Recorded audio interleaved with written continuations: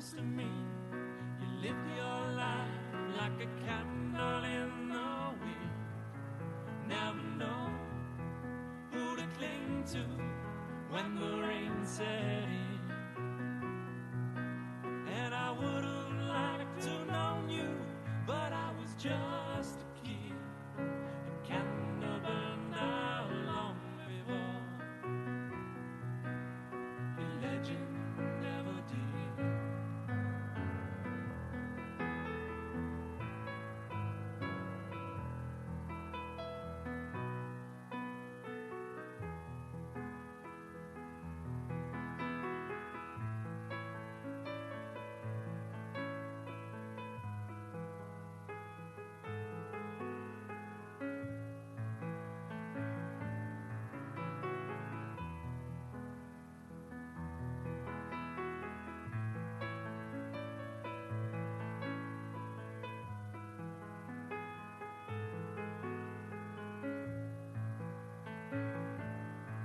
And it seems to me you lived your life like a candle in the wind.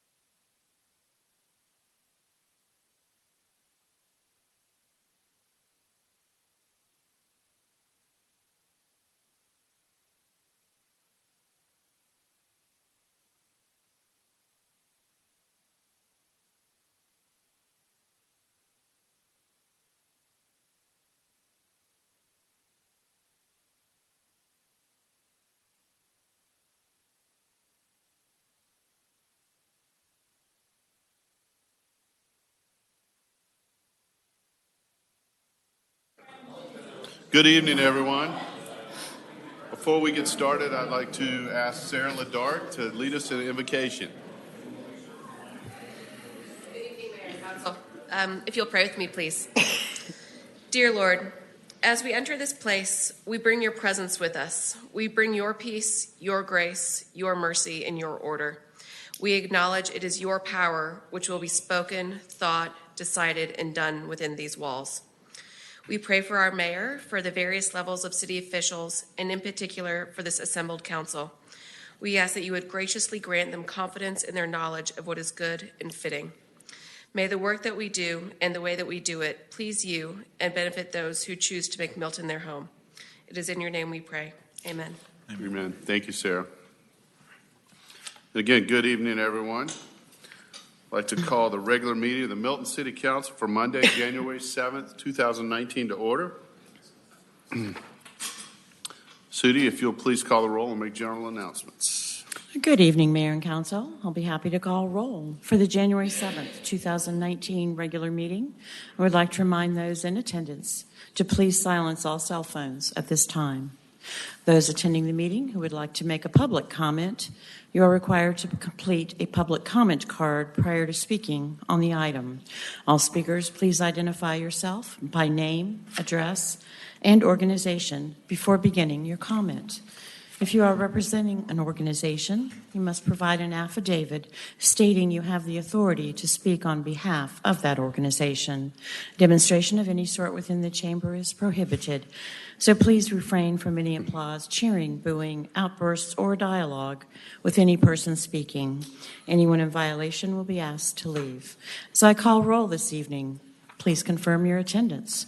Mayor Joe Lockwood. Here. Councilmember Peyton Jamison. Here. Councilmember Matt Kuntz. Here. Councilmember Laura Bentley. Here. Councilmember Carol Cookerly. Here. Councilmember Rick Morick. Here. And for the record, Councilmember Joe Longoria is absent. Would everyone please rise for the Pledge of Allegiance? I pledge allegiance to the flag of the United States of America and to the republic for which it stands, one nation, under God, indivisible, with liberty and justice for all.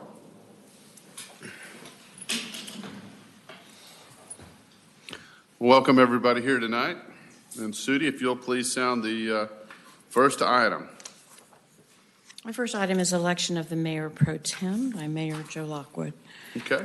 Per our charter, every year we elect a new Mayor Pro Tem, someone to fill in if in any situation where I, as the mayor, cannot. So, and what we've done in the past is we've rotated through the different council members.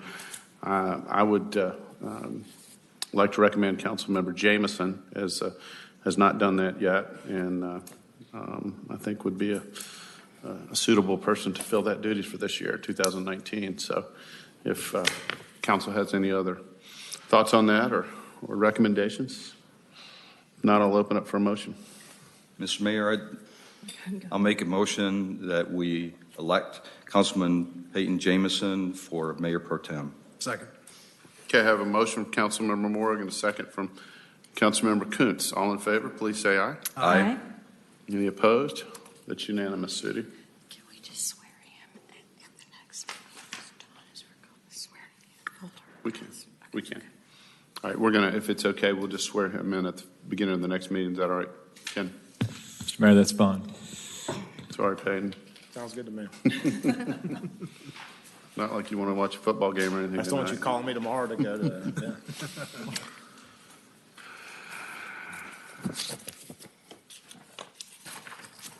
Okay, Sudi, if you'll please call the next item on the agenda.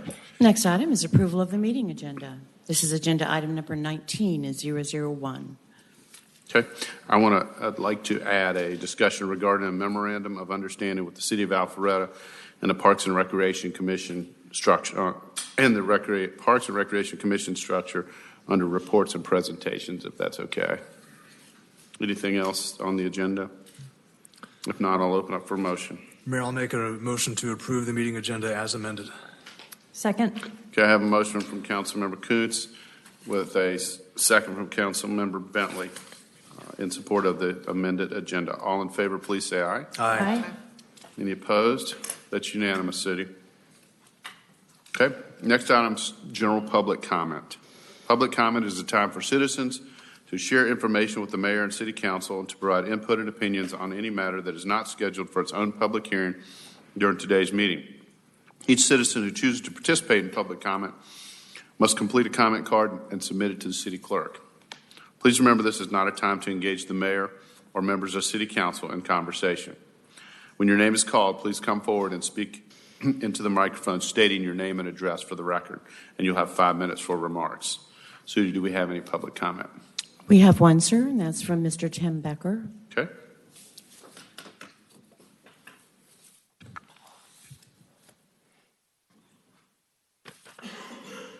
Tim Becker, 15625 Canterbury Chase, Milton, Georgia. Good evening, Council. This week, I have an appointment with the Board of Equalization, and unfortunately, I have to fight a ridiculous valuation of my property. It's a big waste of time, and I understand that many Fulton County citizens are having to do the same thing, but I'm not going to spend time on that tonight. Coincident with my preparations for the Board of Equalization meeting, I got several emails from citizens with regards to a consultant that has been engaged to identify the best businesses for the crossroads. And I want to be very clear on this matter. I believe this is a waste of the taxes that I pay to the city. And I've heard from my liberal friends and I've heard from my conservative friends. And the ones that I've talked to are all against it, but for different reasons. My liberal friends feel like it's corporate welfare, and my conservative friends feel like it's undue interference in the free market.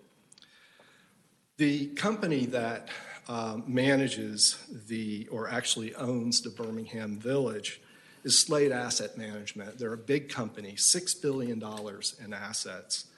They own a retail real estate investment trust that is worth over $500 million. It's traded on the Toronto Stock Exchange. They pay out a 10% dividend.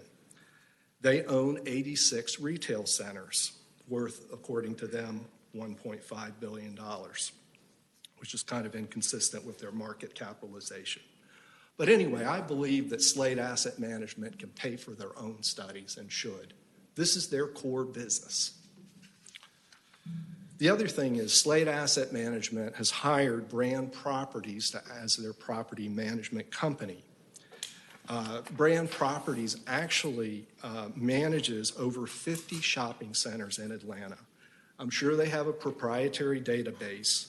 Why do we think that we can do better at identifying businesses than the people whose business it is to actually find those businesses?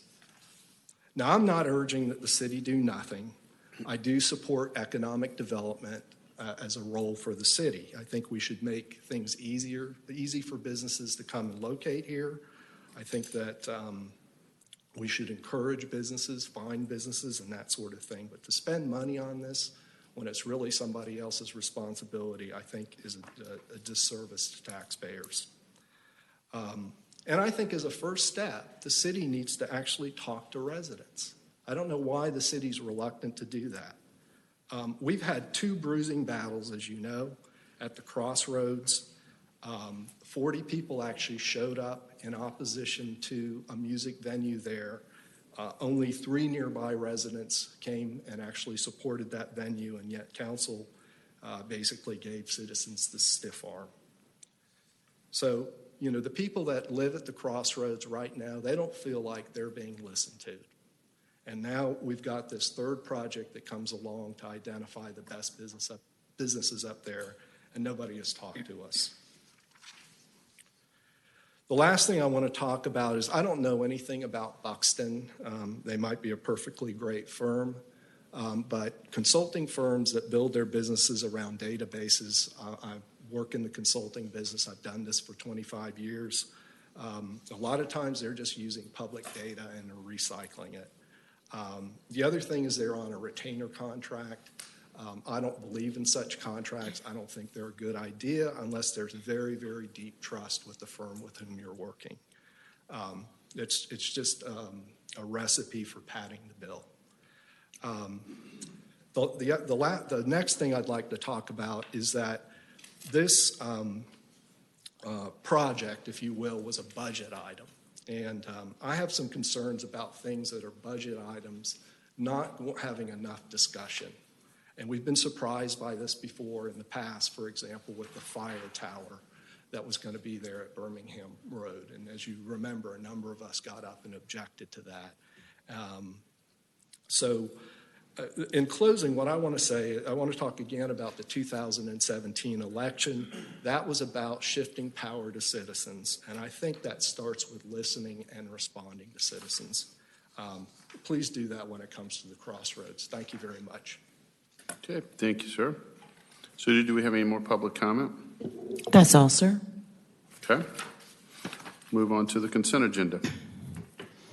Our consent agenda this evening is approval of the financial statements and investment report for the period ending November 2018, agenda item number 19002.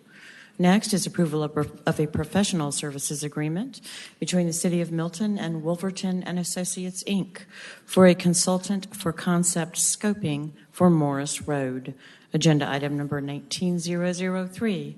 Next, approval of change order number 2 to that certain professional services agreement between the City of Milton and Barge Design Solutions, Inc., formerly doing business as Barge, Wagner, Sumner, and Cannon, Inc., dated April 24th, 2017, regarding an update to the citywide Parks and Recreation Master Plan and the Master Plan for Providence Park. Agenda item number 19004. Our fourth and final consent agenda item this evening is approval of the following subdivision plats.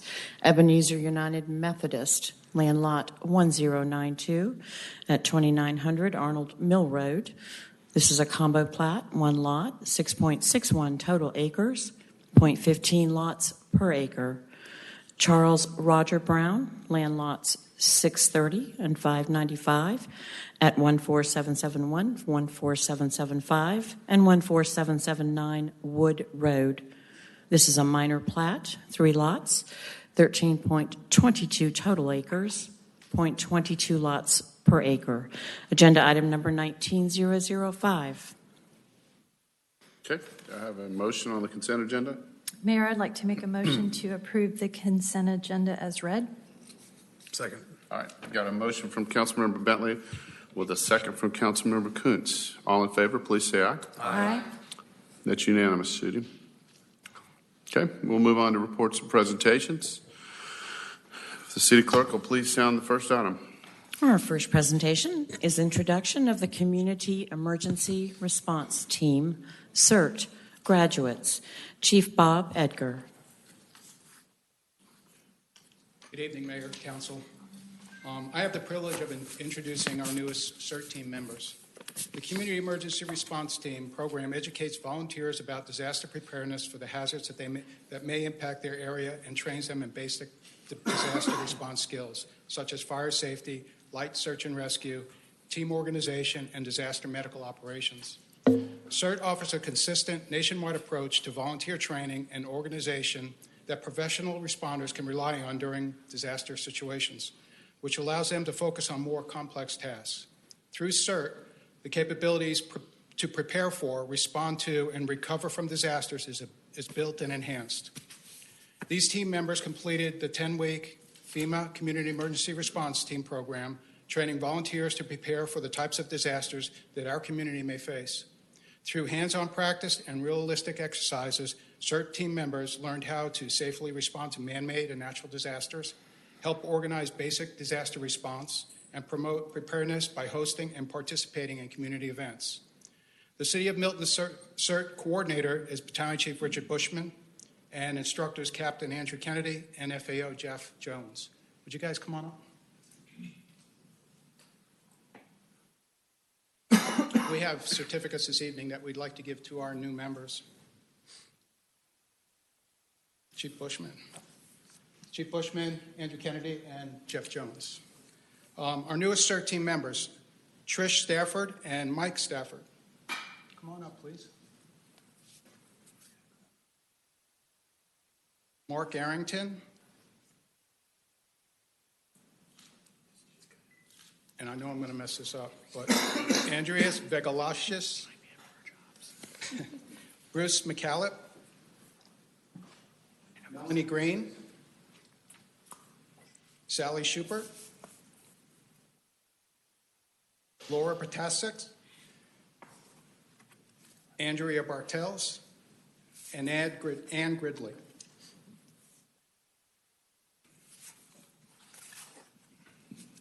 This is the graduating class of our second City of Milton CERT team program.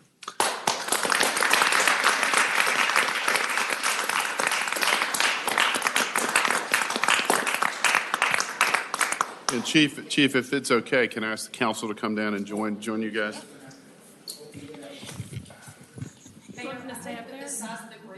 Stay up here. Thank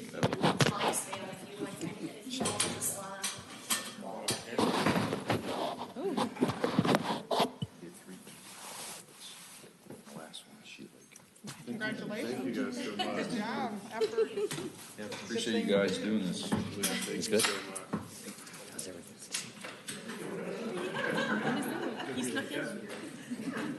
Incognito.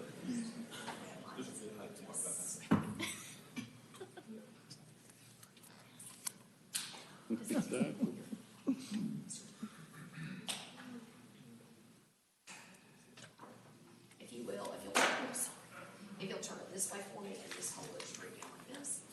The bottom. Yeah.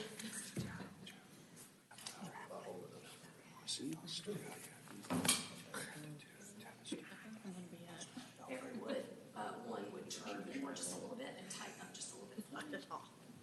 The council would take half a step this way. Perfect, right there.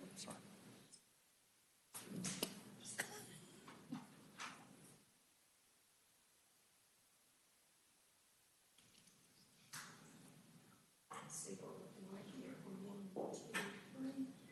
So right where you are. 1, 2, 3. Smile. So you are. Great, thank you. You know what, and I just want to say one thing.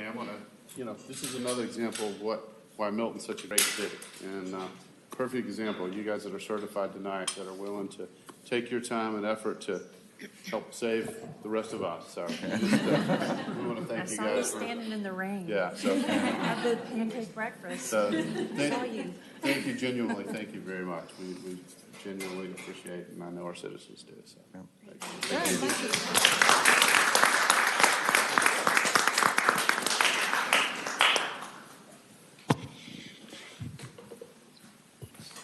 All right, Sudi, if you'd please call the next item.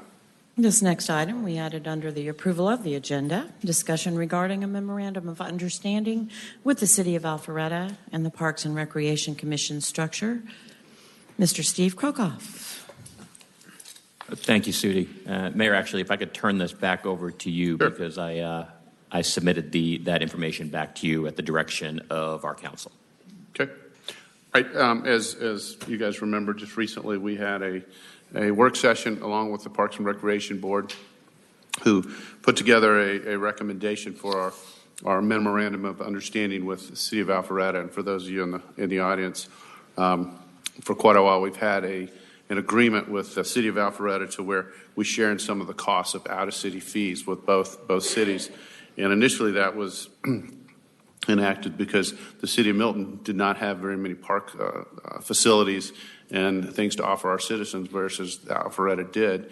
But over the years, we have added a bunch of programs and facilities and whatnot. So our Parks and Rec Commission came up with some really good points and a good, we felt like it was a good adjustment to the agreement. And I did submit that to the City of Alpharetta and the mayor of the City of Alpharetta.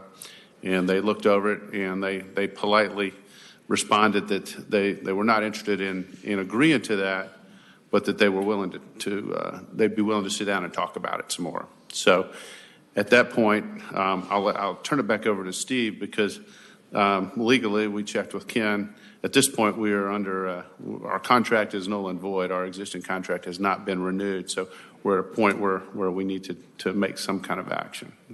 That's correct, Mayor. We do have a time of the essence issue, which is why we had to add this on to tonight's agenda. As it turns out, based on the language in the original MOU, the agreement is expired effective November 30th. And it contemplates that you will renew that each year, but following a review by both cities to make sure it's still fair and equitable in the best interest of both cities. This year we have failed to do so, thus rendering the original agreement expired. So we are faced with the question now of how would the council like to proceed? The first question we would probably need to answer, and this is one of the questions that Alpharetta has posed to us, is are we interested in extending the MOU for a certain period of time? And the reason we have a time of the essence issue right now is because spring sports are starting to register. And we will need to know how to address that with the families, both Milton and Alpharetta, when they come to register. So we're kind of at a crossroads now, and I think we'll have to look for direction here. And Steve, if I might ask just to clarify for everyone, if we take no action, what position would that put us in right now with this? I think Ken will agree with me. If we take no action, we have no MOU. And again, with no MOU, it would just be everyone that would sign up for the programs they want, but if they're out of city, they'd pay an additional out-of-city fee, correct? I would assume so, yes, yeah. Depending on the current structure. Steve, would an extension be at the same price as at what was set before, just carry forward? That's my understanding. It would carry forward under the exact same terms as the previous MOU. Which we didn't like those terms. They weren't fair to the city. Okay. So with spring sports coming up, if you're a baseball player and you go play at Wills Park, we're going to pay 50% more for that player instead of going to Hopewell Baseball. Is that correct? Jim? And actually, I would want to, maybe either Jim and Scott Stahowski maybe step forward too, in case there's any questions as you guys put this together. I don't want to misinform. Yeah, so Peyton, you want to repeat that question to Jim? Yeah, so my question, Jim, is in the spring, if someone, the way, let's say the MOU is extended, if you go sign up for Wills Park, baseball, how much is that going to cost the city of Milton per player? I mean, I'm just curious because we have a great program in Milton. I don't have the registration fees off the top of my head, but I do know that the Alpharetta caps their out-of-city fee at $112.50, and that is based upon the registration fee times an additional 75%, which is the out-of-city fee that Alpharetta charges someone, Milton or otherwise, to come into their program to participate. So at $112.50, I'm trying to do math quickly in my head. I'm thinking if it's a registration that's over $175, they would be capped at $175 plus $112.50. And if my math is a little off, please excuse me. Did that answer your question, Mr. James? Close, yeah. And I was curious what the total, so let's say we extend it for a season. I mean, is that going to be $200,000? And I mean, because how much was it last year? $500,000? When you say for a season, you mean for the spring? Yeah, for the spring season. Like a. Do we have? I don't know if we're heavier on the fall or the spring. Do you know? We're typically heavier on the spring, but again, if we're extending it, don't think of it just in the terms of. Well, I encourage you to not think of it just in terms of baseball, because if we're extending it, then we're extending it for all activities that are going on there. Last year, we still have not received the assessment payment for FY18. But for FY17, that number came to $461,000 approximately. Backing out $55,000 of that as senior citizen fee, it's roughly $410,000. Typically, there's more activity in spring, then fall, and then winter, and then summer, based upon the registration activity. So I wouldn't say it's 410 divided by 4. I wouldn't say it's $100,000 across the board for each season. I think it's a reasonable estimate to say that a spring would cost the city about $150,000. Again, that's without having the notes in front of me. I would have trouble, though, because you're going to have to factor in the senior piece as well, because that's going to have... Yes. We would have to factor in, plus the multipliers. Plus the 55,000. I'm including the multiplier there. So I think if we're including the multiplier, a spring extension alone plus the seniors, it would easily top $200,000. I would have to. I don't see any reason why it wouldn't be almost 50% of the total year cost, especially if spring is heavier. Am I missing something on that? I'm also factoring in that winter is there's a percentage of activity in winter that's associated with the basketball programs, wrestling programs, and other activities that Alpharetta offers.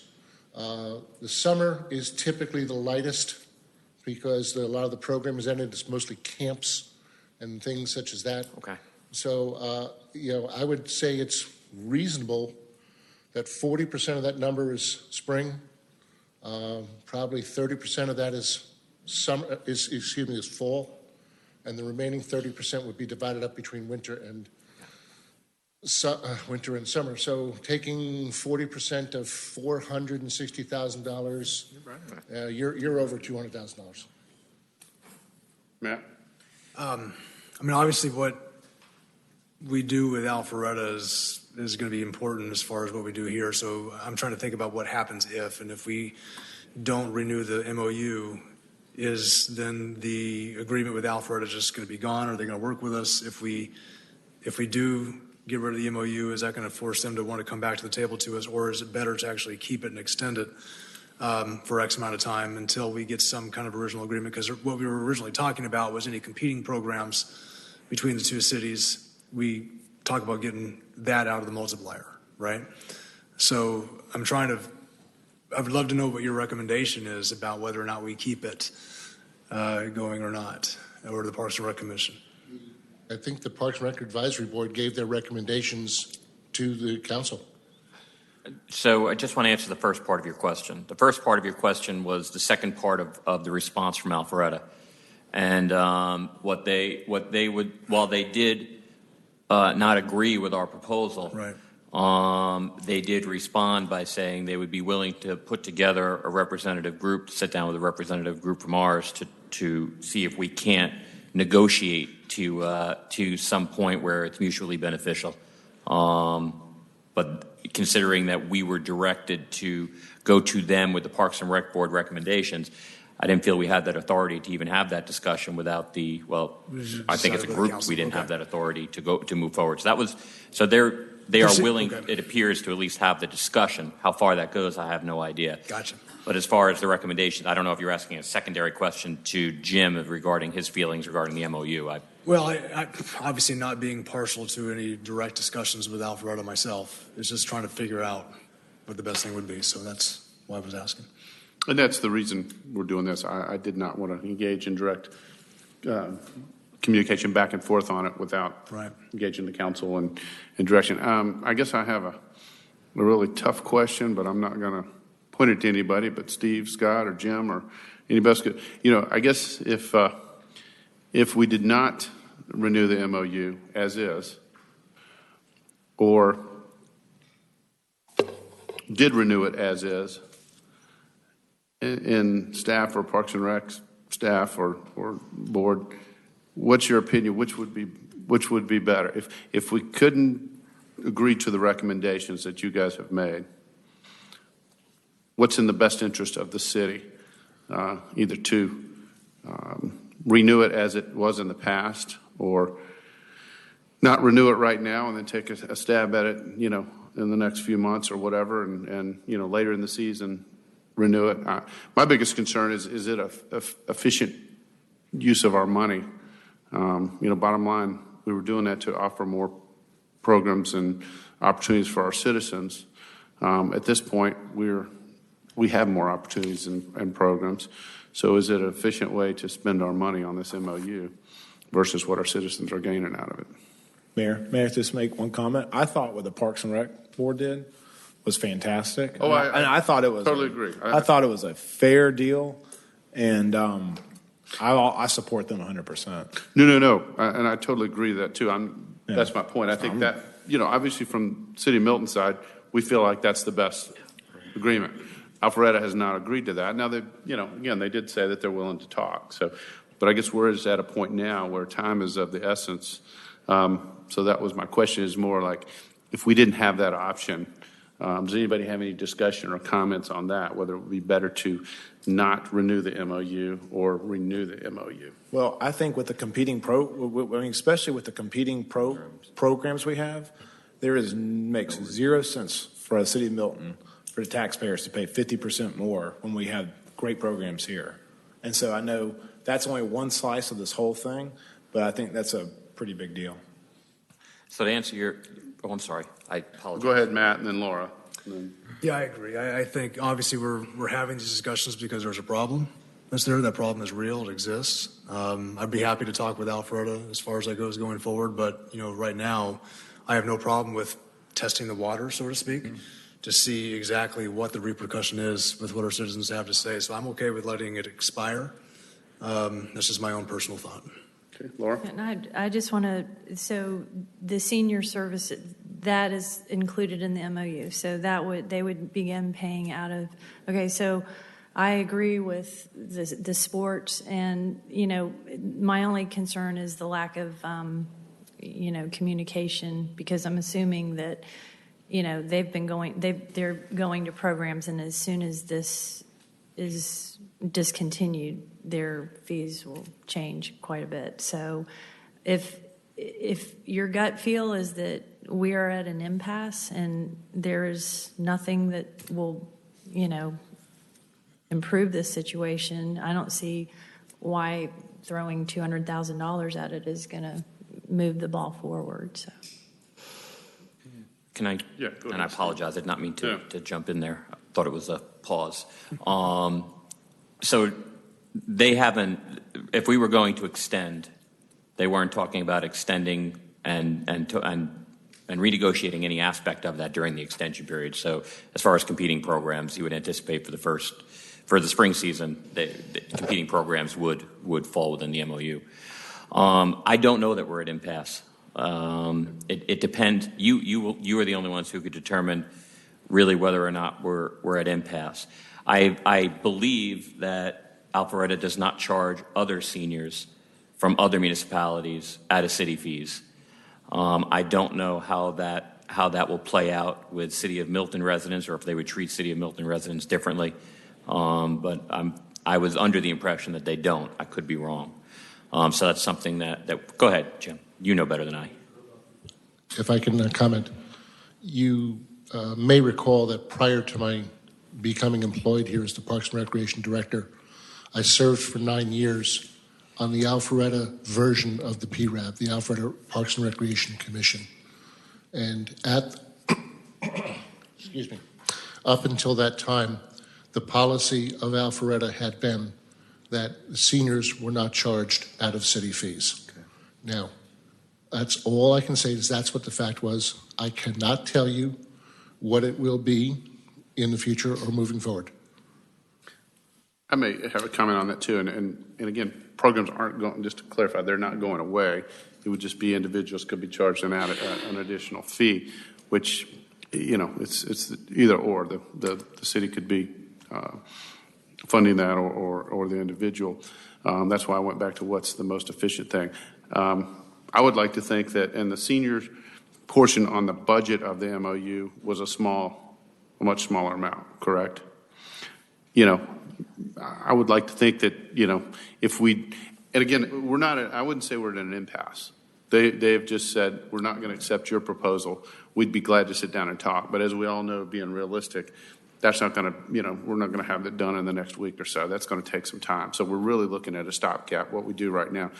I would like to think that, if that's the case from what you said, Jim and Steve, other cities that, we could talk to Alpharetta if it's impacting the seniors, basically talk to them or just kind of assess that and make a decision to possibly help out if that is detrimental to, anybody not, some people probably aren't going to, it's not going to be a big deal. Some people it may be. But so to clarify, I don't think we're at an impasse. We just need to decide, do we want to take a break from it, see how we go along spring here, then sit down and continue our negotiations and go from there? Or do we want to, sign up for the old MOU, which we know the cost on that, and go that direction? So that's, and again, Ken, help me. I don't know that right now we're just basically looking for direction, right? We're not going to vote on anything or any. That's right. If the council gives direction, for instance, to work up a stopgap extension of the MOU, I could put that together, but that would have to come back before the council for final ratification. Okay. Matt? Do we have any exposure on any, I guess, classes or activities for December to current, or people already sign up for future programs? Not knowing what the schedule is as far as it may be. There may have been some registrations already that have taken place. In fact, I would venture to bet there have been. Steve, I was going to suggest, so a challenge about temporary, clearly they want an annual rather than a temporary extension. Any temporary extension is problematic because you create a hard cut point while registrations are moving on both sides. Right. So that's difficult. Might I suggest, if you'd like, we meet, our Parks and Rec Board happens to meet next week. We could take a look, talk it in our group, come back to you the following week with some more information about if that helps your discussion at all. That's something to consider. And we could spend a little more time digging into the granular details that Jim's provided us in the past. And I think the real answer, in order to, because I think our mutual goal would be to what's fair to the city of Milton and our residents as well as the city of Alpharetta, so that everybody gains equally, is to continue the discussions. But again, what's our timing like? Because registrations are imminent. Registrations are imminent, if not happening already. I would agree with the statement of Mr. Krokoff. Okay.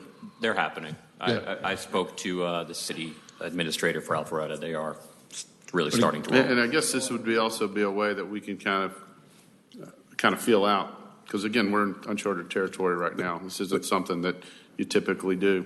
But again, registrations to their program, we wouldn't know until the end of next year when the reconciliation comes. So whether the fact that Milton residents are participating in their programs, possibly, we have no idea the volume or what all that means or what the bill would be until next year, November, or this year, November. And we still don't have the bill from last year. Well, I guess I'm looking from a different perspective. As Councilmember Jameson said, it's free market, and people have their choice whether they go to the City of Milton programs or City of Alpharetta programs. Some people, it may not be a big deal at all if they have to spend a little extra money to go to the City of Alpharetta programs. As long as we're offering something in the City of Milton, I don't see it as a big deal. It's free choice there, and don't feel like we have to compensate it if to give them the choice if we don't have it. So, yeah, I guess that was more what I was saying, when we can see how it affects us if we get 2 or 3 people that are not happy with it, or we get hundreds of people. I don't remember, Jim. Maybe you do. It's getting caught a little flat-footed. Do we even remember how many residents in Milton participate in the program that are in competing programs versus those that aren't? Meaning the question trying to answer, is the MOU serving more residents who participate in programs we don't offer? Or are we really talking about the competing programs that we have? That might get to your question, Joe, to see where the balance is of the money spent. And I don't remember. And I don't expect you may not know. It's in the data. I just don't have it in front of me. Yeah, I can say this, that the programs that we offer competing programs with carry several hundred registrations of Milton residents in Alpharetta's programming.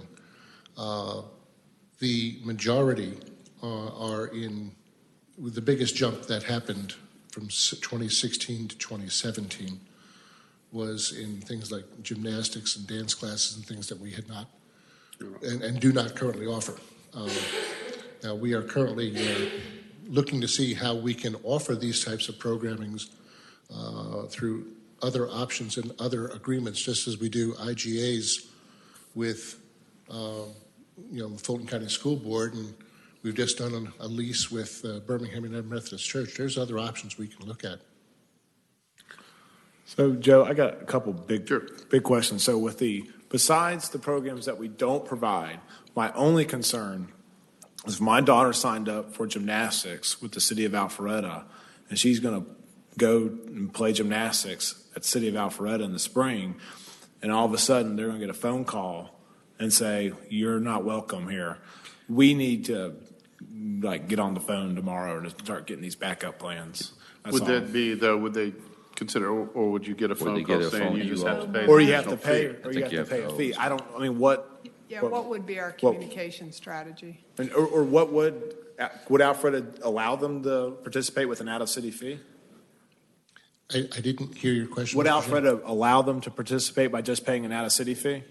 What Alpharetta would do? We would have to, so keep in mind, if they did provide them the priority registration, which is part of the MOU, so they got in ahead of the rest, as if they were Alpharetta residents. I don't know what their response would be. I don't know if they would say you're not welcome, or they would say you owe $70 more, and then we would have to consider how we would handle that as a city. If you wanted to look at opportunities for us to say, okay, as of such and such a date, the city will reimburse out-of-city fees to those individuals that registered for those programs. I mean, it may be an option. I'm just throwing one thing out there. Right. I would. And Steve, I was thinking the same thing. I think, obviously we're talking about the seniors too. We might run into a situation, especially with them, but I'd be okay with us looking into a way, if the situation arose and Alpharetta didn't support our seniors, that we would, try to find a way to help subsidize that on our end. I still think that would be a lesser cost concerning what we're going through, but also too, if we have a cutoff date, like you said, for those non-senior situations, I know we can figure out a situation. And I would think there's, and again, this is not controversial with the city of Alpharetta. Right. So I don't think they would do anything to spite. I think that's my impression is that they would just charge the out-of-city fee, whereas we could charge the out-of-city fee too. Right. And again, that's something we can assess and see, is that affecting a lot of people or just a few? If it's just affecting a few and it's their choice, and they choose to go to an outside program, you use your example with your daughter, and if you have to pay another $70, is that better than the city the taxpayer subsidizing it? I would tend to think we can, even if we do some stopgap measures, it's going to be a whole lot less than the total amount of the MOU until we can come up with something that works and is efficient for both cities. Yeah, just what Councilmember Bentley said. I think as long as we get the communication right, I think this will be better for our taxpayers.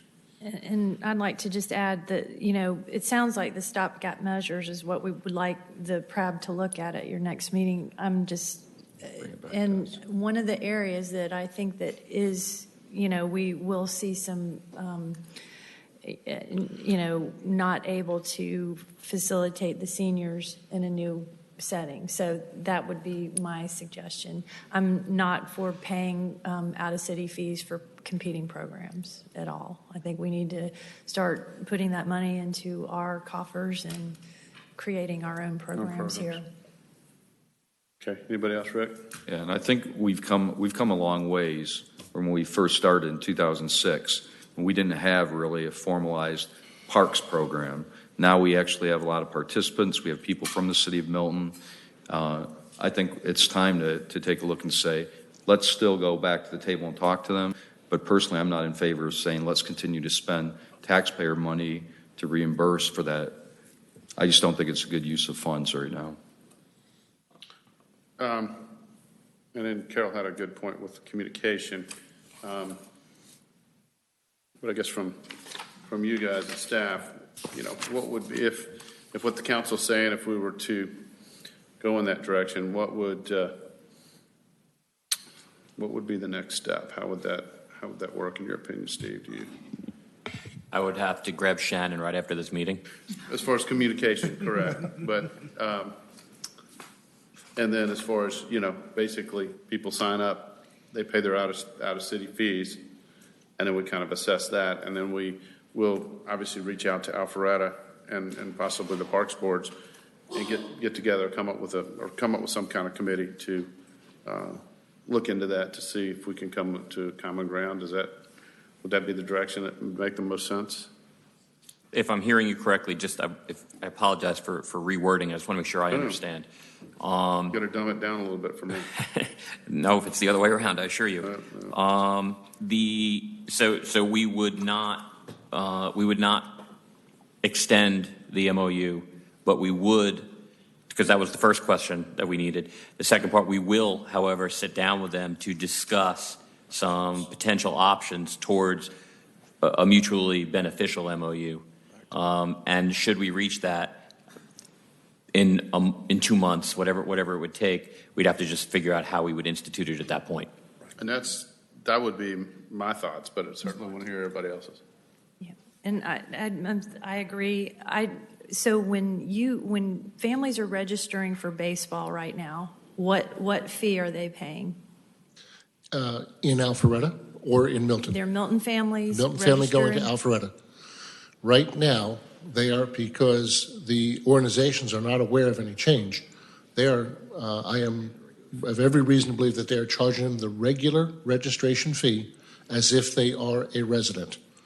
So any registrations that have already occurred, if for example, it's $150 to play baseball and they're a Milton resident, they've probably paid $150. If the organization's, presuming that this will continue. That's all I can. I hate coming up here speculating. I would anticipate you're speculating correctly, and so they're operating as if the MOU is in place. I would anticipate that they are, and that's why time was of the essence. That's why we had to add this to the agenda tonight.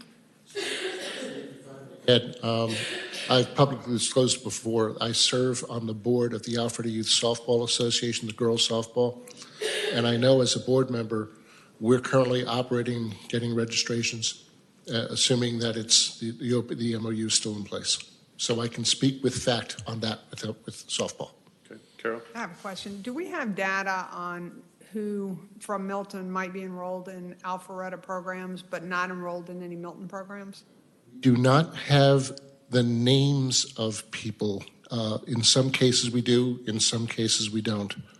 We have more been focusing on the total registrations. There are some cases where the registration data was given to us that had specific names. Wait a minute, I'm sorry, I've misspoken. I have misspoken, I apologize. Yes, we do have the data because we had the addresses, that's how we confirmed it. I apologize, I misspoke. Okay, well, that's all right. Either way, if we do not go forward with the MOU, which it sounds like we won't, then we need a proactive strategy, because all these people that come towards us, we're not going to have designated people to answer the questions, so a real concerted effort. And I wonder if Alpharetta would help us from their side with their data, just to make sure that our people and their people who are coming here might understand the issue. You think they would? You think they would do a mailing too? I can't answer that we question. could proffer that.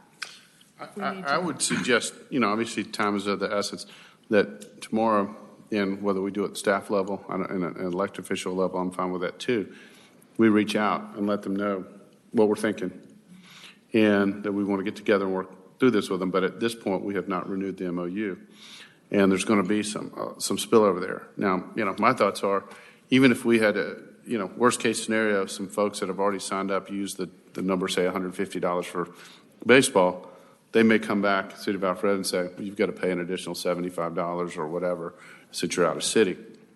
There'll be some pushback on that. But, even, and I'm not saying we would do it, but even if we reimburse that, it's got to be a whole lot less than $500,000 or $250,000 or whatever if we had to do a few. But, and again, I'm not suggesting we necessarily have to do that, but. Again, I won't speak, like Jim, I won't speak as a program provider, but having been one. So until the two cities tell the providers, nothing changes, right? So that buys us a little bit of time to sort through sort of what is your short-term strategy, because they're going to run as business as usual. This discussion, this MOU is something they don't expect to go away. They're acting as if it's standard, so nothing changes until the two respective municipalities tell all their providers, go back and sort through your database, who's in and who's out, and go collect more money. Because now it's owed, you are required by law to do it in their respective city, in both cities. So we've got a little bit of grace period until this city and that city notifies all their providers of how to implement the lack of an MOU.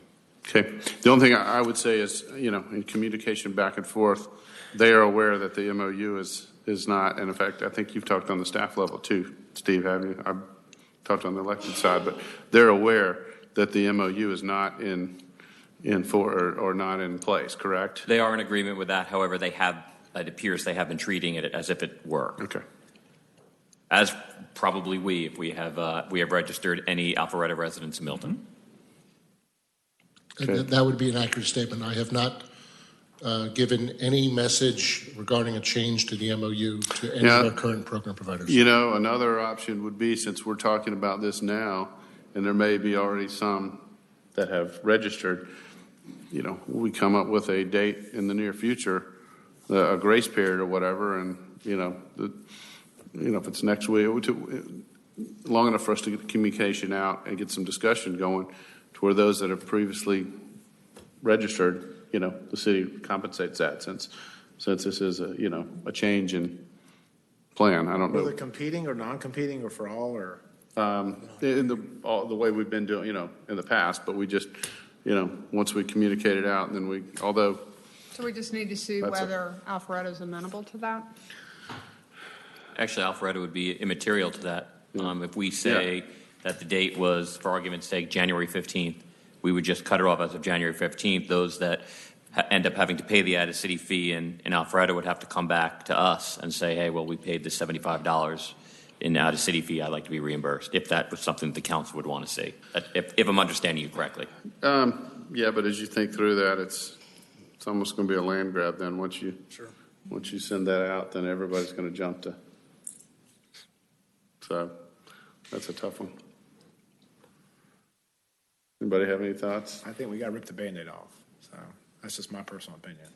It's going to come off sooner or later. I get that too. And again, not saying don't want to work something out with Alpharetta and have an MOU, but I want to have one that's beneficial to us as well as them. And if we have to have a little bit of pain on the front end. It's really those non-competing ones, the ones that it's a little more sticky, in my opinion, just at the very beginning. I think you're right. I don't see how any citizen can argue if we have a competing program that's semi-equal. If you want to sign up for the competing program, you got to pay the out-of-city fee. But Can we cease the MOU for the competing programs and have the PRAB address the others, the seniors, and what else? They already did that with. That's in their proposal. That was the recommendation of the PRAB. I think the answer is if we just need the time to do it, to try to come to some kind of good resolution with the city of Alpharetta. But we've got to figure out something to do direction. We've given them everything, but they haven't given us anything, so we're kind of shooting in the dark here. Right. I agree. Well, your gap is between the old MOU and the one that the Parks and Rec came up with. That's the gap that we would have to somehow agree to fill. And the gap, and I think it was the multiplier, the non-competing programs, and the seniors. And that was the three things. And it seems like those are three pretty big items that a lot of us aren't moving on. So I don't know what the future will bring, but there are some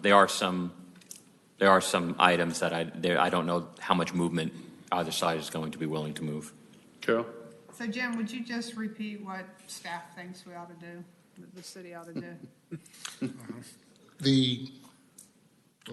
We had a well-discussed effort at the Parks and Rec Advisory Board, and the Park and Rec Advisory Board delivered those recommendations to the council. I'm aware of that. I just thought maybe you would repeat it. It's are you talking about the original? Because what we did was we had a group that got together that put together a recommended Not MOU. the original, where we are now. Where we are now? That's a tough question to put Jim on the spot with, respectfully. It is, he works very closely with his counterpart there. This would be a tough one. The easier thing from a staff perspective is to continue the MOU. But that's not necessarily the right thing to do. So it's Well, I can say what the Parks and Rec Board, what the recommendations were. The recommendations remain. It's the same recommendations that they gave you. Yeah, but I think that's what Carol's asking for. Is that what you're asking for? No, she. Well, no, but I mean, if she's you asking right now. work through it, with those recommendations not being taken or agreed to by the city of Alpharetta, it leaves one option, which is to cease the MOU. Oh, yeah. Correct. Correct? Correct. Okay. And that's what I said early on. The question is not putting anybody on the spot. You know, of course, the answer that we know what we feel is the best for Milton is the recommendations and the proposal. They have not agreed to that yet. That's not saying that we're way off. We just need some time to work through it. So that was my early question. Is it better to have the existing MOU or not? As Peyton says, rip the Band-Aid off and feel our way through this season here until we get time to sit down with them. I don't think there's no animosity, and I believe, you know, genuinely Alpharetta will work with us, you know, if it's in the best interest of their citizens and ours. But we just have this stopgap period here. And I'm assuming if we renewed the existing MOU, it would have to go through the year with that. I don't know that we can just do it for a short period unless they agree. Do we know that? No. Well, I think the answer is with the intergovernmental agreement, we can contract to about anything. I think what you get into is the practicalities of it from the scheduling is what has been sort of dawning on me as I've been listening to this discussion, because obviously folks go out and make commitments and expend money based upon reliances. And so I think you're either going to have to do it for a season, and Jim would have to explain what that means as far as the seasonal aspect of it, or not at all. And that's what Alpharetta was recommending, well, not requesting, or actually shouldn't even say either. Those are both bad descriptors. They would want to see if we were interested, considering time was of the essence, of extending this through the spring season. So that was what their question was.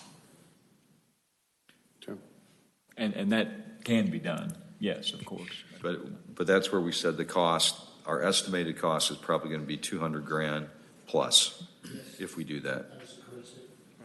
And we really don't know at this point how much benefit our citizens get, our taxpayers get for that, do we? I'm sure I have the data from 2017, and with the little time I can probably prepare that for you, but I cannot pull it out of the top of my head right now, sir. So really our options are to renew the MOU through the spring, not renew the MOU, don't do anything, go our separate ways, and continue discussions with Alpharetta to try to, I'm guessing that's probably the most fiduciary responsible way to do that, but it's also the unknowns versus, you know, we redo the MOU and go through the season, but we know it's going to cost. So I'm open for discussion on that. And tell me, that's really our only two options, correct? At this point? There's three. Yeah, you had three, but it was, and I think that is we either get back into the MOU as it was, we extend the MOU through the spring season and negotiate, because you're not going to extend the MOU and not negotiate. There'd be no reason. And then the final is to not extend the MOU and negotiate. Did I say that backwards? Mm-hmm. Yeah, it's extend and negotiate, or not extend and negotiate, and then extend. Or I guess there's a fourth. Just forget it altogether. Yeah. Well, or you know, re-sign up for the MOU as it was. Yeah, when I was originally in Jim was a part of this as well, and Scott at the very beginning, Alpharetta originally approached us with this deal to begin with. And obviously we were in a condition where we needed to figure something out as we built Bell Memorial Park, et cetera. Now we've done that. So I agree. I think we're at a point now where we know what the costs are, the unknowns. I have enough confidence in our staff and our citizens, our Parks and Rec Commission, and all of us to be able to figure out what we need to do if we need to make additional adjustments as we go through this process. But I think we can do it. So I'm okay with not extending the MOU, but definitely go to Alpharetta and just say if they want to talk. And as Peyton has said before, we'd love to talk with them, and I want to make sure that we can. But I want to, we're serious about our conditions, and I think that's a statement as well as we state this. So. Okay, Peyton, I'm all good. I agree. not renew. I agree with not extend and negotiate and communicate quickly. Carol? Yeah, I'm there. Right. And proactive communication as much And as possible. again, to restate, City of Alpharetta, we have I know my communications with them, I think on the staff level, it's all on the up and up that we do want to come up with a good solution. So I don't think that's going to be a problem. So if we do choose to not renew it right now, kind of go our own, for lack of a better term, until we negotiate, I'm sure they'll be, they know that it's good intention. And then we would just need to be prepared for any fallout that we would have from either seniors or some of the non-competing programs. But again, I think the practical side of me says, for the money we're saving, we can certainly, even if we had to compensate something on it, we'd come out whole. The citizens would come out a whole lot better. I agree. But again, if we do that, we have to jump on communication so that people don't get caught off guard, and then we'd have to revisit all this. That makes sense? It does. Any timeline you're looking for? To negotiate with Alpharetta? Sooner the better. I mean, right away. We'll be glad to. The condition exists as the MOU ended, right? So we can go to Alpharetta tomorrow and say, hey, the condition exists, and this is the route we're taking, but let's talk. And they have our conditions, so yeah. They have everything, and they're ready. Yeah. They're willing to meet, but we'd have, that will take a little bit of time and a process for that. So, I don't know if that's something we want to talk about now, the process, or just kind of get our arms around this and then communicate with everybody and see what. I kind of want to see what Alfredo. I mean, we've kind of done all the work. What's that? I mean, I kind of want to see what they're willing to do. No. But we've got to come up with a process. Who meets with them? Their Parks Board, our staff, our elected body. That's what we've got to come up with. I may be able to just ease that through their, work through that with their city administrator and see if we can't, and he could deal with his elected officials and me mine and see if we can't come up with something. I like that idea because, we get too big. Too many people in the pot right now, and it'll never get done. So at least get started, and then we can open up the discussion and bring it back to us. I'll send him that email tonight. Okay. Everybody on board with that? Yep. Okay. Thank you, Jim. Thank you, Scott. Appreciate all your help on that and hard work. And Scott, for your group, for, again, we thought it was great, and it must have been really good for Milton because they didn't agree with it. So if they'd agreed with it on the first blush, it wouldn't have been good for Milton. All right, we'll move on to the first presentation. Sudi, if you'll please sound the item. This item is consideration of RZ 1814, VC 1809, 3475, 3485, 3495, 3499, and 3501 Bethany Bend by Bajan American Properties to rezone from TR and AG1 to TR to develop 54 residential units, condominiums, at a density of 6.38 units per acre and a 3-part concurrent variance to 1, delete the 75-foot undisturbed buffer and 10-foot improvement setback and replace with a 20-foot landscape buffer or 50-foot undisturbed stream buffer adjacent to all property lines abutting property zoned townhouse residential TR, section 64-1091B, and 2, to delete requirement for 75% per vertical wall plane of brick or natural stone, section 64-1095O, and 3, to delete requirement for 25% brick, tile, and remaining materials listed, section 64-1095P, agenda item number 19006. And I do have one public comment, Mayor. Okay. And that's from Mr. Tim Becker. Okay. And just to clarify 1 second before Mr. Becker, Ken, this under first presentation, we're still fine taking public comment, correct? We are, Mr. Because we're not going to discuss the item, but we'll be glad to take public comment. Tim Becker, 15625 Canterbury Chase, Milton, Georgia. Good evening, Council. I'll keep my comments brief. I've not really studied this. I didn't go to the CZIM. I didn't go to the Planning Commission. I don't really have a strong opinion, but I did notice that staff is recommending approval, and that includes eliminating the buffer or replacing it with a landscape strip. This concerns me. It looks like staff is implementing their new policy of a broad interpretation of our very strict variance ordinance.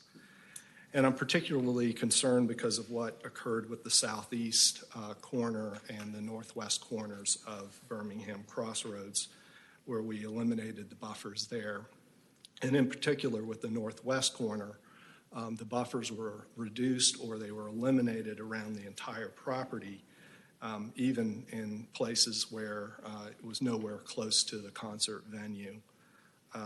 So, my concern with this is, have we had so many instances where we're reducing or eliminating the buffer that we're getting to the point of no return, where when we go to court, we're certainly going to lose if we're challenged relative to the granting of variances. So I would just ask that you carefully consider if yet again we want to allow modification of buffers. And I also ask that you really please consider the neighborhood that's close by, put yourself in their shoes, and ask yourself if this would be a solution that would be amenable to you if you were backing up to this particular development. Thank you. Okay, thank you. Any more public comment, Sudie? That's all, sir. Okay. So I'll open up for a motion on the first presentation item. I'll make a motion to approve the first presentation as read. Second.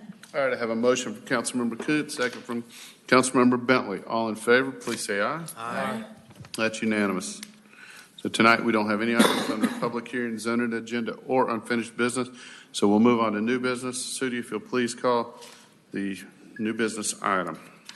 This item is consideration of land acquisition agreement between the City of Milton, Georgia, and Residential and Commercial Equity LLC related to the purchase of 21.08 acres, more or less, consisting of 6 parcels located on the southwest corner of the intersection of Freemanville Road and Birmingham Road, with a purchase price of $1.4 million from Green Space Bond Funds. Agenda item number 19007.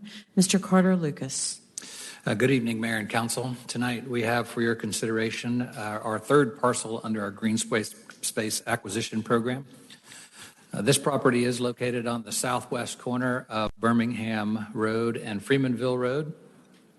And if we go back to our underlying criteria, the foundation of what the Green Space Bond was established for, that language calls for the preservation of green and open space, pastures, horse farms, wooded areas, large undeveloped tracts of land, very similar to what we're looking at tonight. So when we look at this particular piece of property, the 21.08 acres is made up of 6 different tracts of land. Those tracts predominantly face Freemanville, but run two of the 6 parcels run down Birmingham Road also, in a very highly visible corner and intersection within the city.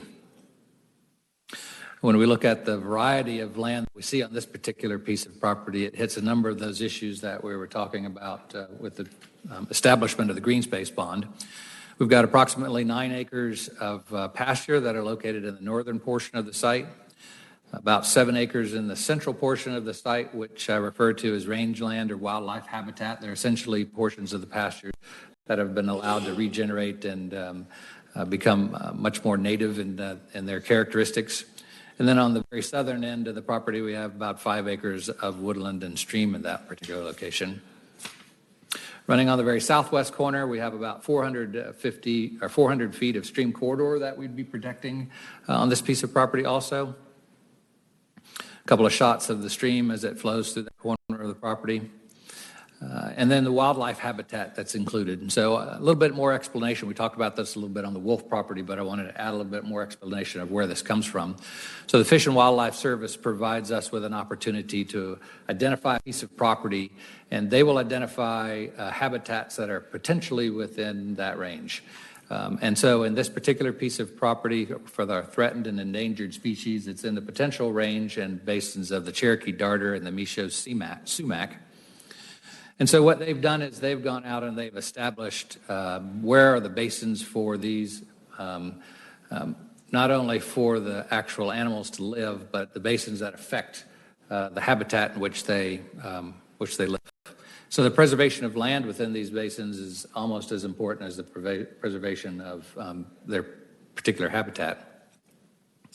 So we see the sumac and the darter. The sumac is a very wide-ranging but very rare plant, potentially only 2 colonies left within the state of Georgia. So the preservation of these basins of potential habitats is important for that particular one. The migratory birds that have the potential of utilizing this property, the red-headed woodpecker in this case.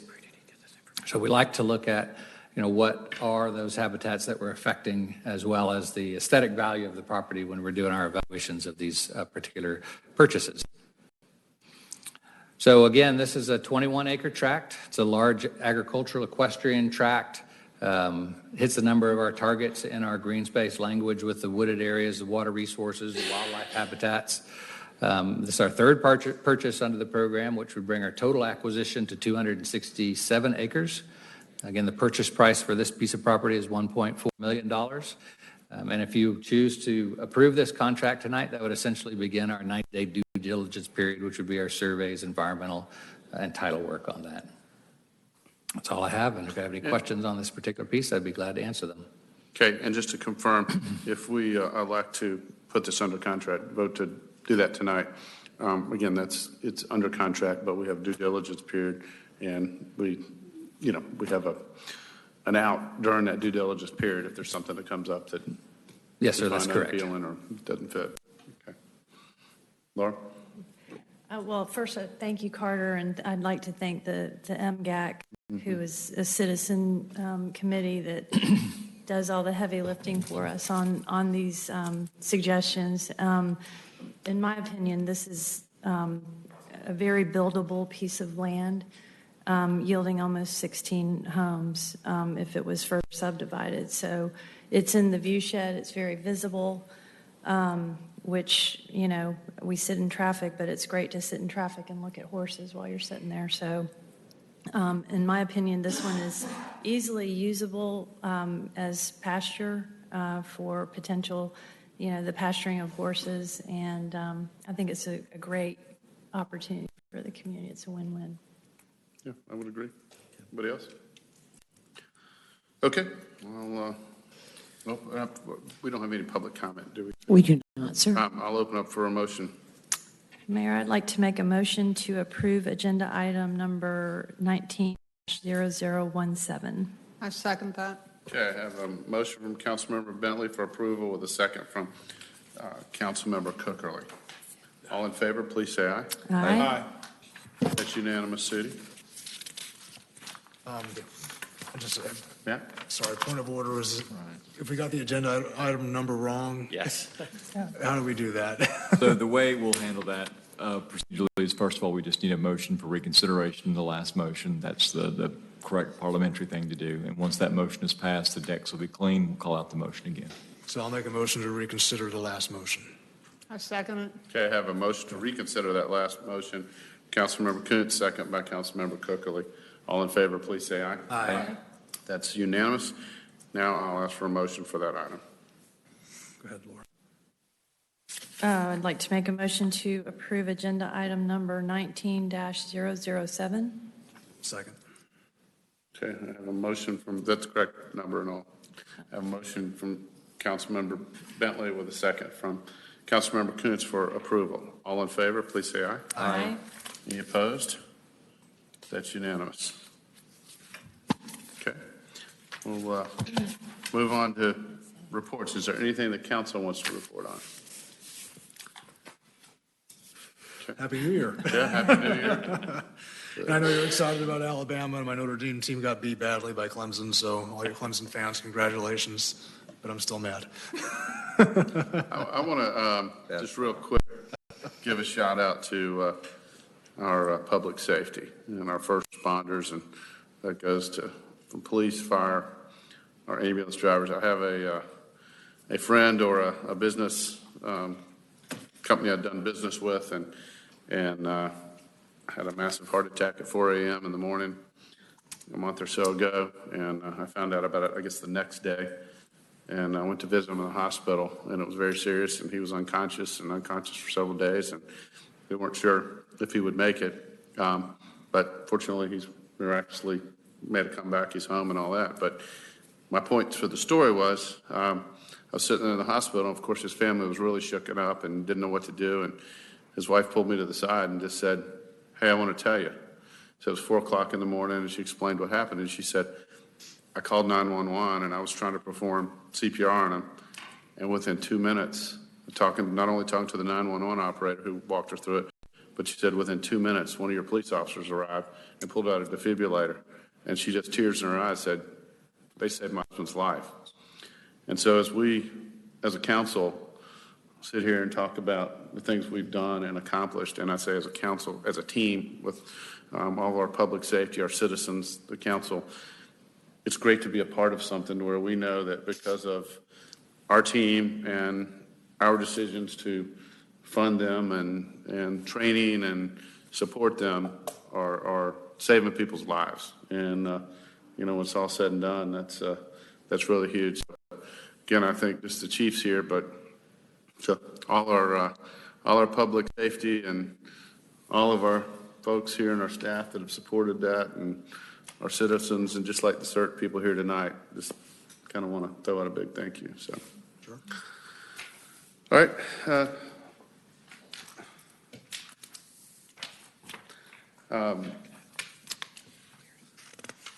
Public Works, I think. That's correct. Sir? That's it. Oh, sir. All right, good evening. Got a few updates on some construction projects first. We're just starting our quarterly gravel road maintenance.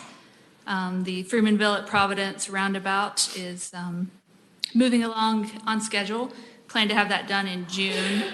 In the next couple weeks, you'll see them start to grade for one of our stages is to construct a temporary roundabout so we can get the traffic and roundabout pattern before the project's fully completed. Then the Heritage Walk speed tables, that was approved at the last meeting in December. The construction contract was, so we're just getting those scheduled. It's going to be 3 speed tables that will also be a raised crosswalk for pedestrians here along City Hall's frontage. Then the GDOT quick response projects, we've talked about a couple times. That's the turn lanes, left turn lanes on 372. Those have been delayed because of all the rain. They need about a week of dry weather before they can put down the base for those 2 turn lane projects. Then in design, we still have Hopewell Hamby, Hopewell Thompson, and Hopewell at Bethany moving forward with final design plans. The concept work, we have tonight, the Morris Road concept and scoping study was approved to move forward. With that, we're going to look at some traffic modeling, environmental screening, and explore if there's other funding opportunities for that project. And then kind of in the consultant selection phase, we have GDOT's working on getting a consultant to start on the Birmingham at Birmingham mini roundabout. And then simultaneous to that, we're going to advertise for a design consultant for Birmingham at Freemanville. So those are the updates I have tonight. And any other questions, comments? And this really, I guess, would be under Public Works. I want to ask, and I'm going to Sarah, Carter, Steve, I've gotten a lot of feedback over the last couple of months with Wood Road and the surveying that's been done on Wood Road, and citizens have had some concerns on what that is with the process and what the plans are, and also I kind of wanted to see if we could answer some questions on that, if that's all right. Sure. Again, can you kind of explain just the process for surveying? My impression is that's just to get existing conditions, figure out what the existing conditions along our trail system, correct? That's right. So last year we went through a process where we reevaluated the entire trail master plan. And one of the golden opportunities that was represented in that plan was the Central Milton Trail. At that particular point, we didn't have the Milton Country Club under consideration. So when the Milton Country Club came under consideration, we bought that. It offered another great opportunity within that corridor to make some connections and establish a really high-level trail system within the central portion of the city of Milton. Part of that, though, was while we've done a lot of master planning along that corridor, we've never done any specific surveying along that corridor to understand either what our opportunities are for the trail construction or our limitations are for the trail construction along that corridor. In this particular case, that corridor essentially connects Providence Park to Birmingham Falls Elementary School. So you've got Providence Park Drive, Providence Road, Bethany up to Brittle, Brittle to Summit, to Freemanville, and then we're looking at both sections of Phillips. So Phillips Circle comes into Freemanville Road in two locations. We're looking at both of those sections, and then Wood Road.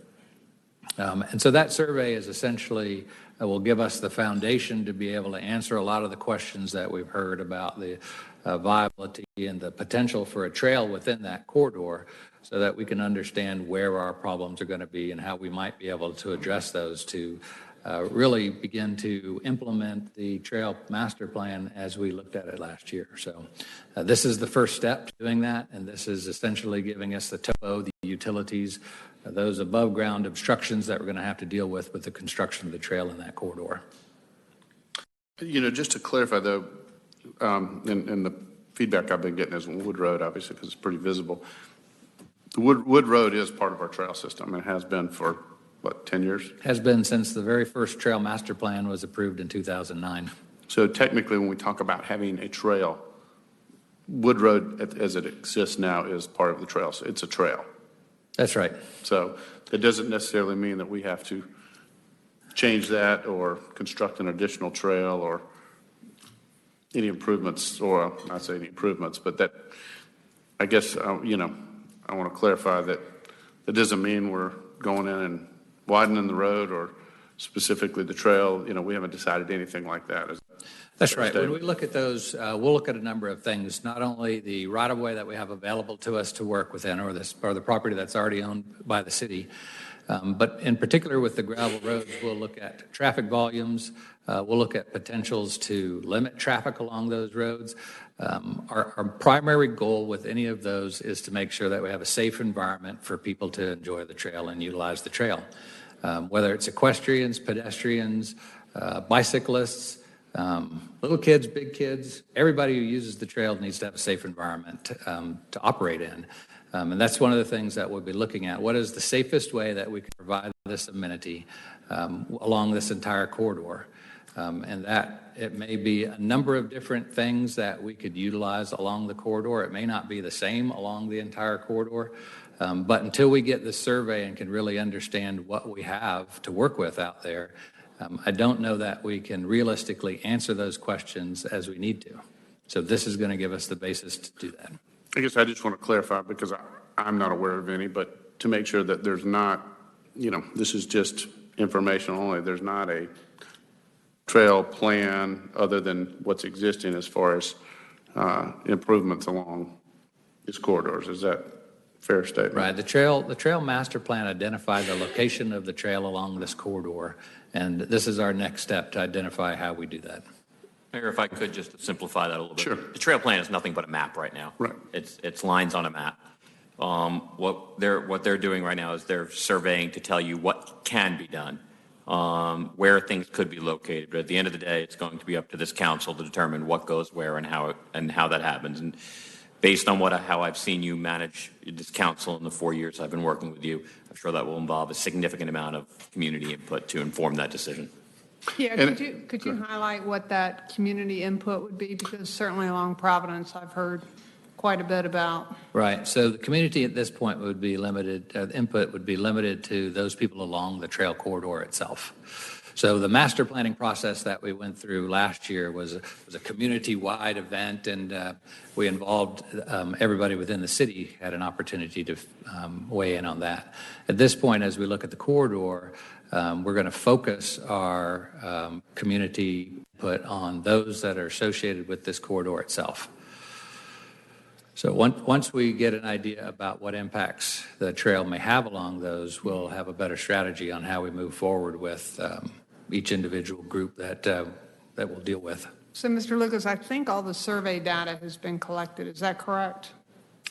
By now, it should almost be done, so they'll have some office time to compile all that information before we begin to see the final product. Who goes back and pulls up all the flags and, along the different houses?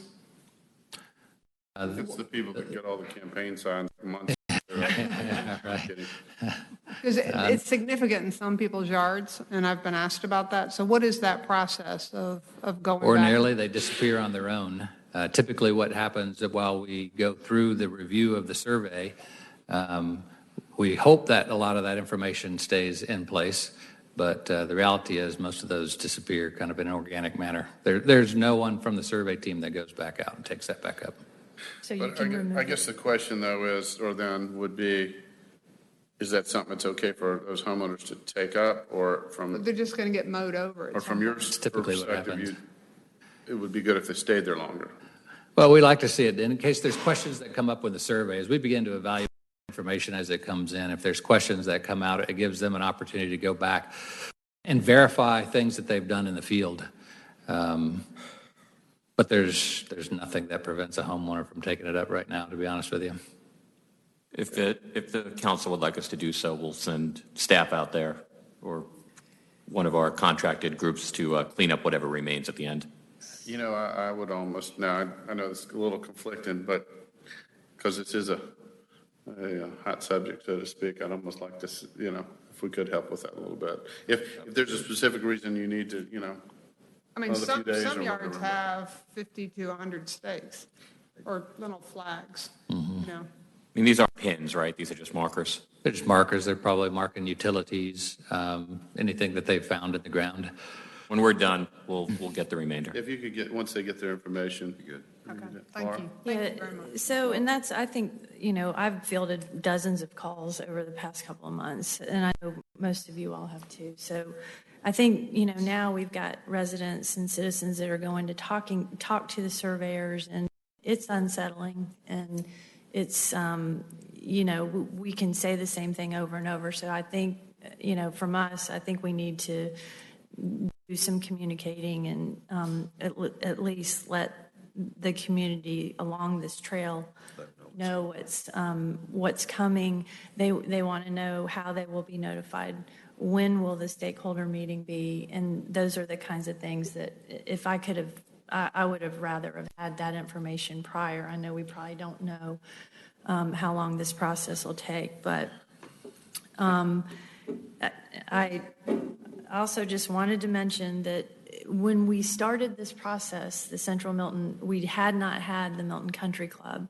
And I really feel like the sooner we can get that passive walking experience available, it will offload a lot of the traffic that, the conflicting uses on a road like Wood. And so, when I look at spending money, I would have maybe rearrange some things, but I'd really like to see us get the Milton Country Club open and then entertain, these other things. And I know it's hard to time all this. Well, and just to clarify that a little bit, the funding that was used for the Central Milton Trail could not be used at the country club. So the T-Splost, when that became available, is the source that we're using to fund the Central Milton Trail project. That's helpful to know that that's money that we we earmarked. Okay. And I have a list of questions that I answer on a regular basis that I'd like to share if we can do that and provide that opportunity to the citizens of when can they meet? That's what they want. And how much is being spent, so on and so forth. I've given you some of those as I've gotten them, Steve. So. We can answer some of those questions if you want right now. Shannon and I sat down today to discuss a strategy to hopefully be able to separate the stories from the realities. I know that some neighbors have approached the surveyors out there who, for some reason, decided to hypothesize about what would be happening out there. But I think we have that all taken care of at this point, and I think we just need one source of information that gets out widely at this point. And so Shannon and I have in fact, I just got something in my email about an hour ago from her as a draft for a strategy moving forward. Carol, you want All right, so as a new council person, let me just make sure that I have this correct. We have a master plan. I think I've studied that enough.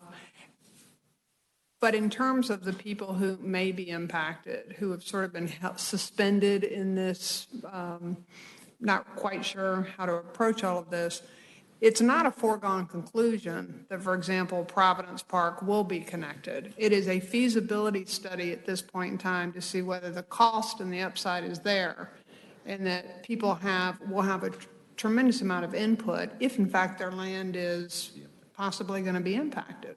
Is that correct? That's right. Okay. Ultimately, all of this information will come back to you as a council to decide whether or not we will move forward with it. We'll give you our best estimation from an engineering perspective on what it takes to implement the master plan.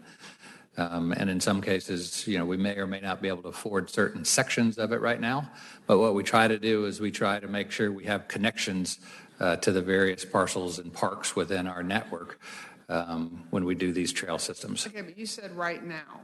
So does that mean it is a foregone conclusion over time when the money comes, there will be complete connectivity? Or does that mean that it is as we move along, those decisions will be made? Ultimately, our goal has been to implement the master plan that we went through last year. You as a council will have the opportunity to approve each section as they come forward. From an engineering and planning perspective, we try to connect the dots. Yeah, the thing I'd like to say, and Steve and I, we've talked about this, and I appreciate you getting with Shannon. I think we just need to get some communication out there. The reality is, as you said, we talked about the funding, the T-SPLOST funding. It's a feasibility study. The overall goal has been for years to connect Milton with the trail system. But I think the communication we need to get out, because I know from my perspective, we have not already decided anything.